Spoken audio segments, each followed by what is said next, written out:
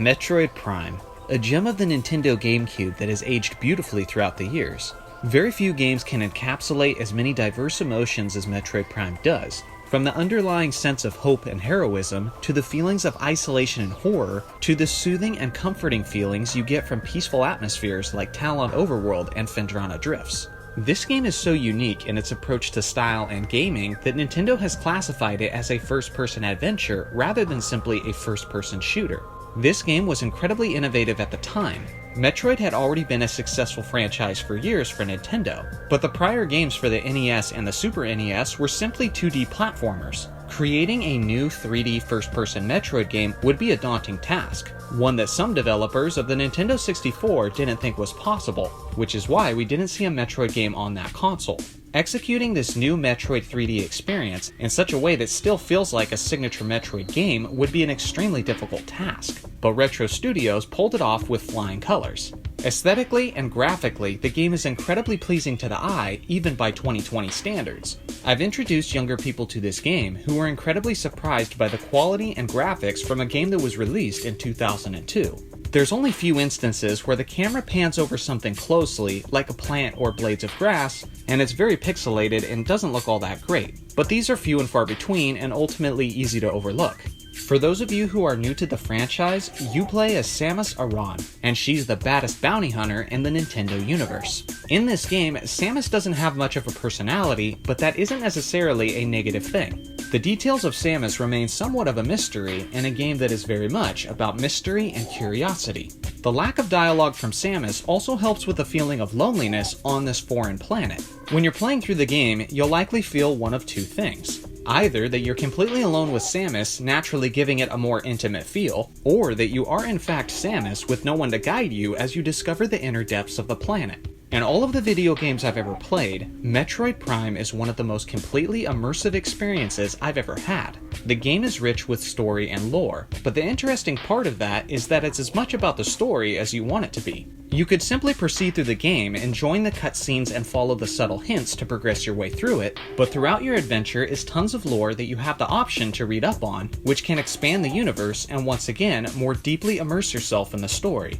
The progression of the games follow all of the traditional Metroid games, starting you off with hardly any special abilities and very few mechanics. Due to this, Metroid Prime can be a bit of a slow build-up to someone who is new to the franchise. It's been common for me to recommend this game to friends just for them to be a little bit, dare I say, bored in the beginning.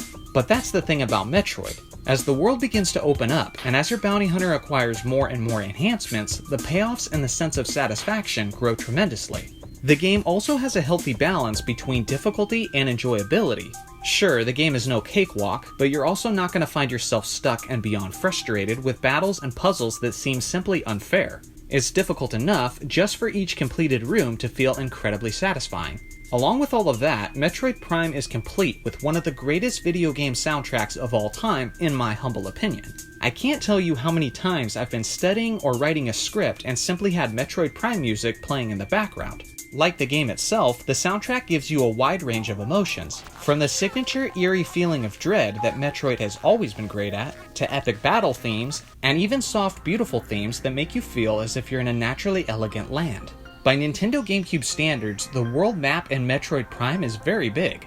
Although the game's main sequences are mostly a linear experience, the game itself has so many upgrades and expansions sprinkled throughout the map that it does allow you to veer off from the main quest sometimes and enjoy the game with a feeling of a more open world.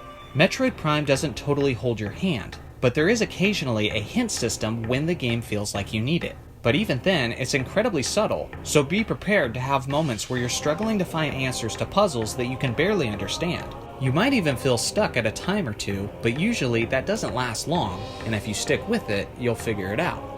If you want a really tough challenge, you do have the option to turn off the hints, but if you do this, you will certainly feel stuck at times and find yourself retreading your paths all over the world until you discover what you need in order to advance. But if you're an old school gamer like myself, who remembers the days before the internet where you naturally had to figure things out, this actually might be the more preferable option. One of the most underrated aspects of the Metroid Prime series is the boss battles. There's only a handful of them in each game, but partially due to their scarcity, each battle feels like a really big deal. And the developers did an excellent job of creating an atmosphere in each fight where the grandness and daunting intimidation of the enemy can feel a bit overwhelming and anxiety-inducing, in a good way. The game isn't completely perfect, but it's close to it. One of the few annoying flaws can be the laggy doors that sometimes take way too long to open when you shoot them. I can even recall one time where the door I needed to enter simply would not open, and I had to completely reset the game.